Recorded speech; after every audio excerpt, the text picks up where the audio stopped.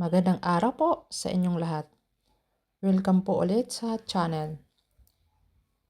Sa part 1, natapos na po natin ang pagbubungkal at pagpapantay ng ating garden.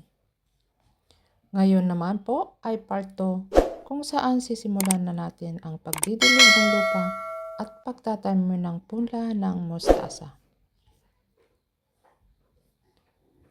Bago po tayo magtanim, didiligan muna natin ang lupa.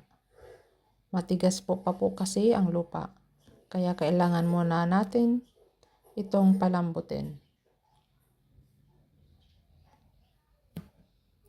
Dahan-dahan po ang pagdidilig, huwag pong ibiglain. Siguraduhin po ng pantay ang basa ng lupa. Kapag basa at palambot na ang lupa, mas madali pong itanim ang mga punla at hindi sila masisira.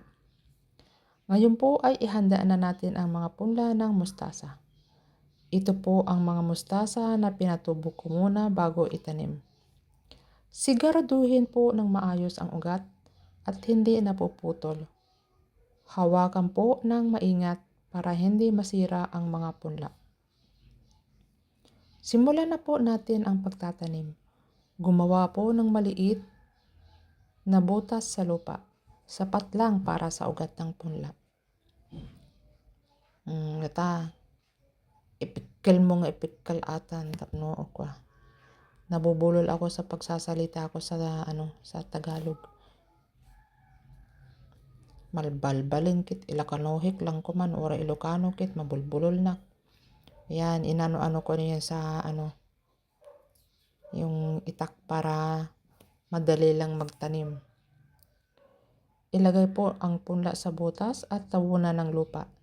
Dahan-dahan lang po ang pagtampal ng lupa para hindi masaktan ang ugat.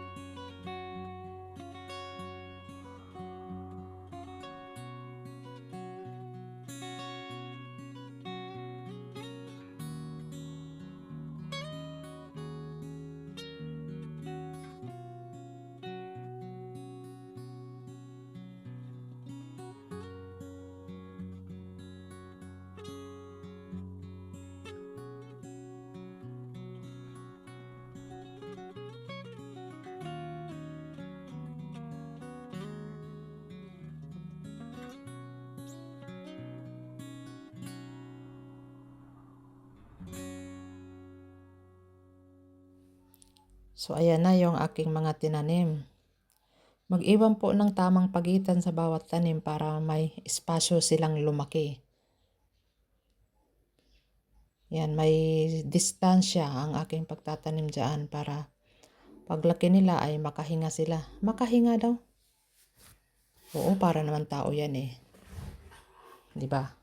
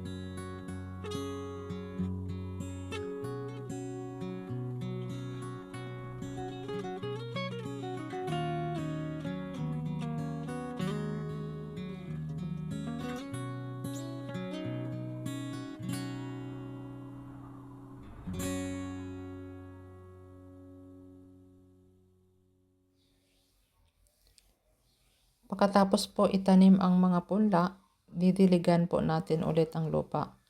Ito po ay para maging dumikit ang lupa sa ugat at makatulong sa mabilis na pag-usbong. Huwag pong sobra ang dilig, sapat lang po para manatiling basa ang lupa.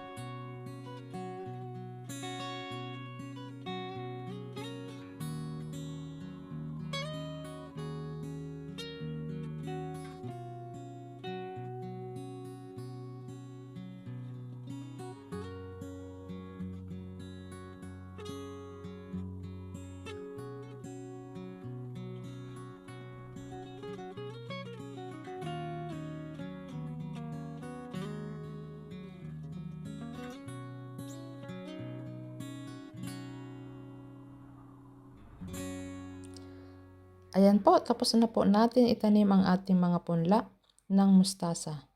Simple lang po ang proseso, pero malaking tulong ito para magkaroon tayo ng sariwang gulay sa bahay.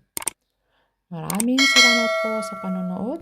Sa susunod na video, ipapakita ko naman po ang pag-aalaga at paglaki ng ating mustasa.